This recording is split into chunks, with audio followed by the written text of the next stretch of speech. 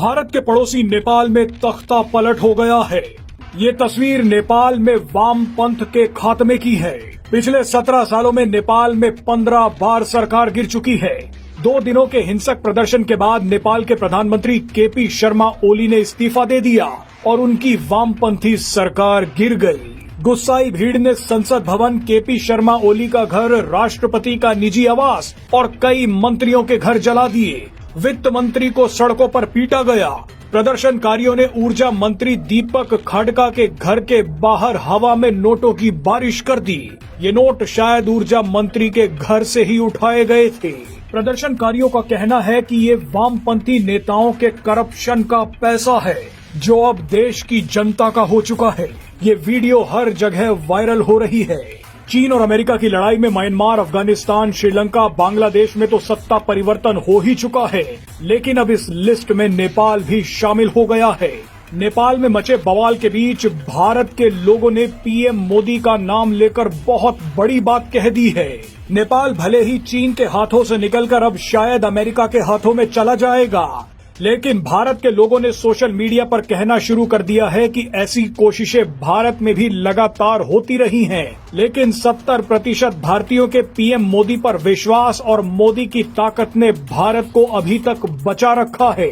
विदेशी ताकतों और विपक्षी पार्टियों ने पीएम मोदी को सत्ता से हटाने की खूब कोशिशें की, लेकिन वो पीएम मोदी का बाल भी बांका नहीं कर पाए।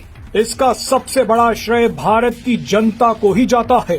सोशल मीडिया पर लोगों का कहना है कि विदेशी ताकतों और भारत के विपक्ष ने पीएम मोदी को सत्ता से हटाने के लिए पूरी ताकत लगा दी थी, लेकिन वो अभी तक पीएम मोदी का बाल भी बांका नहीं कर पाए।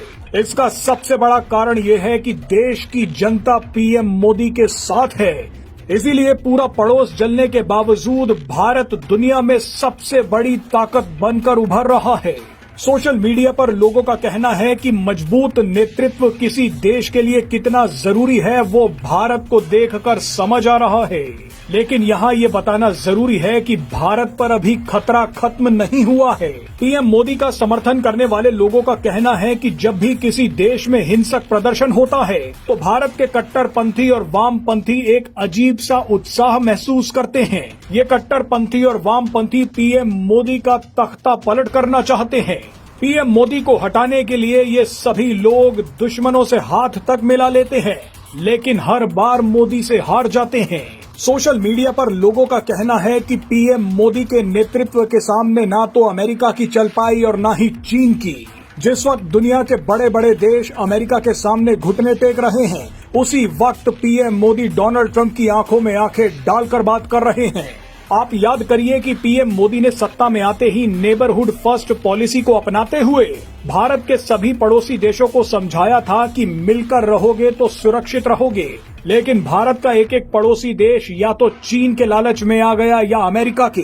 कमजोर नेतृत्व और लालच किसी देश को कैसे खा जाता है वो आप नेपाल, म्यांमार, अफगानिस्तान, श्रीलंका और बांग्लादेश को देखकर अंदाजा लगा सकते हैं। भारत के चारों तरफ आग लगी हुई है, लेकिन इस आग के बीच भी भारत मजबूती के साथ खड़ा है।